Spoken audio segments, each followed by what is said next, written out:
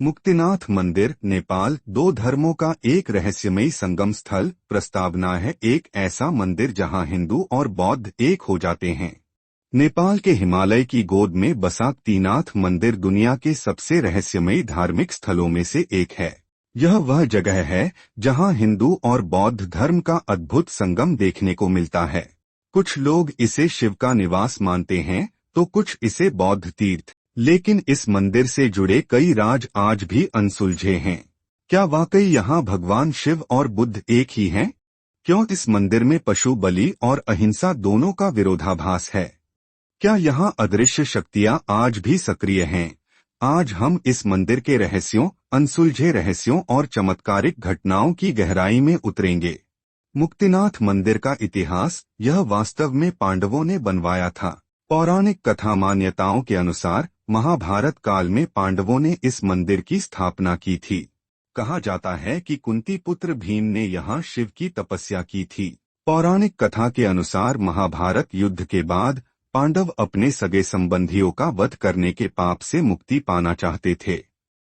उन्हें बताया गया था कि इस पाप से मुक्ति पाने के लिए उन्हें भगवान शिव की तपस्या करनी होगी और ऐसे स्थानों की यात्रा करनी होगी जहां वे अपने कर्मों का प्रायश्चित कर सकें। इसी खोज में वे हिमालय की ओर बढ़े और मुक्तिनाथ पहुंचे।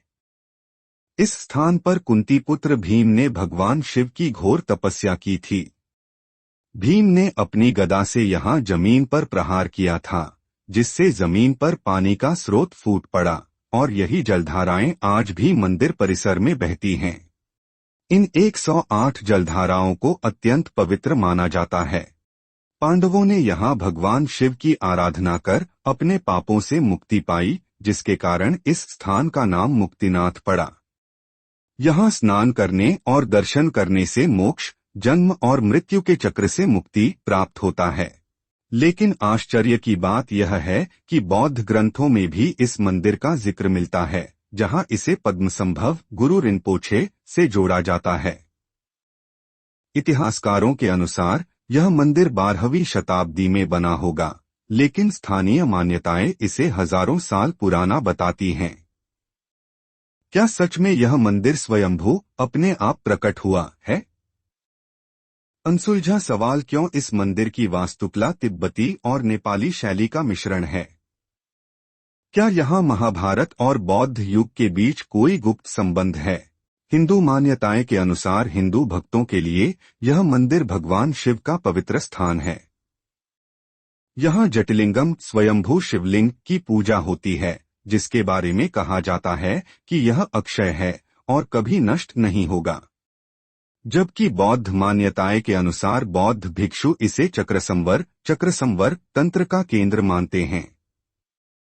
तिब्बती बौद्धों का मानना है कि गुरु रिनपोछे ने यहाँ तंत्र साधना की थी। अब प्रश्न यह है कि क्या शिवलिंग और बौद्ध मंडल एक ही स्थान पर स्थापित हैं? क्या शिव और बुद्ध वास्तव में एक ही ऊर्जा के दो रूप हैं? इस मंदिर के बहुत से अद्भुत रहस्य और चमत्कार है। मंदिर के गर्भगृह में शिवलिंग के ऊपर से स्वतः ही जल गिरता है। वैज्ञानिकों ने कई बार जांच की, लेकिन पानी का स्रोत आज तक नहीं मिला।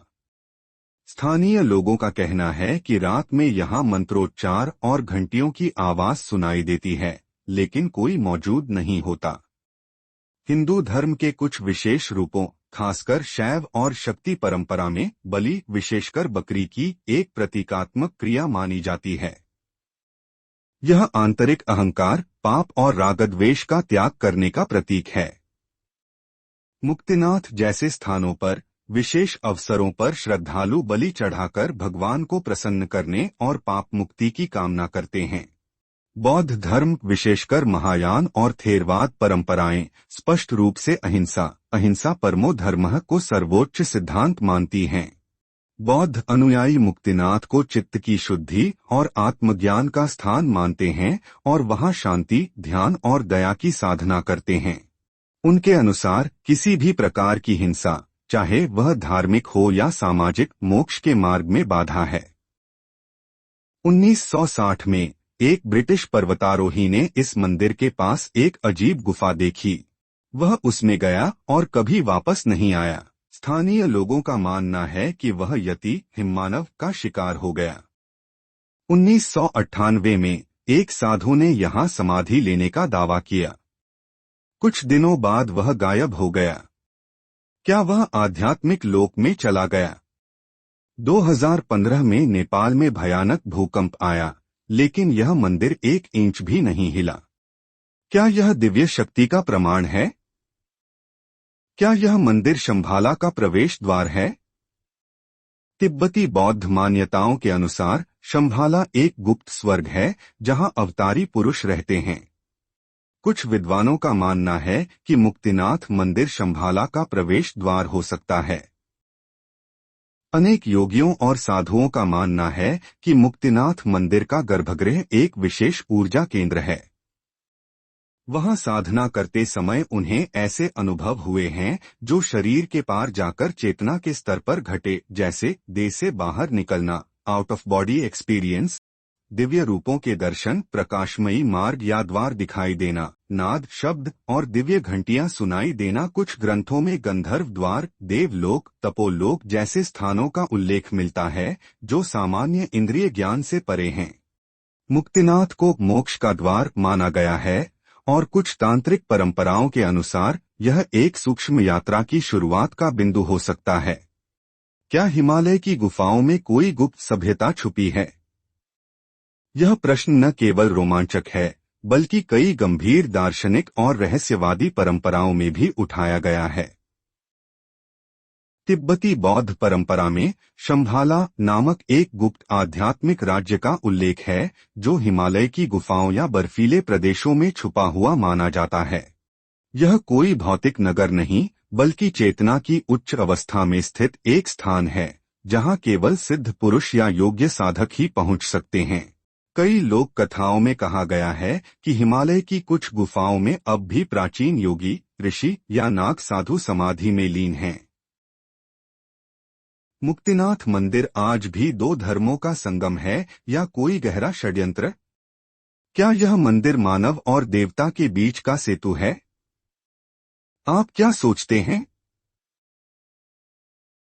क्या आपने कभी इस मंदिर के रहस्यों को महसूस किया है? अगर आपको यह वीडियो पसंद आई तो लाइक करें, शेयर करें और सब्सक्राइब करें। हम आपके लिए और भी रहस्यमयी कहानियां लेकर आएंगे।